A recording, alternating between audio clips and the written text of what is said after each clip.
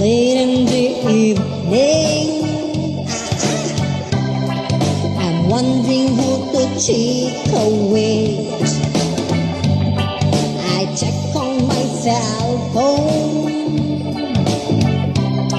Nakita ko message ni Mare, and then I asked her, Mare, anong latest?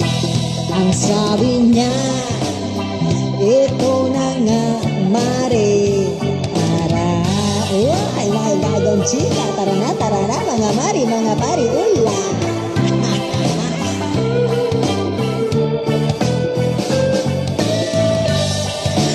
Alam mo si pare, asawa ni Maring Biring, siya nga andun sa santulan, kasama si Maring Iska. And then I heard umulat kunting sigaw, at sa huli, oh yes,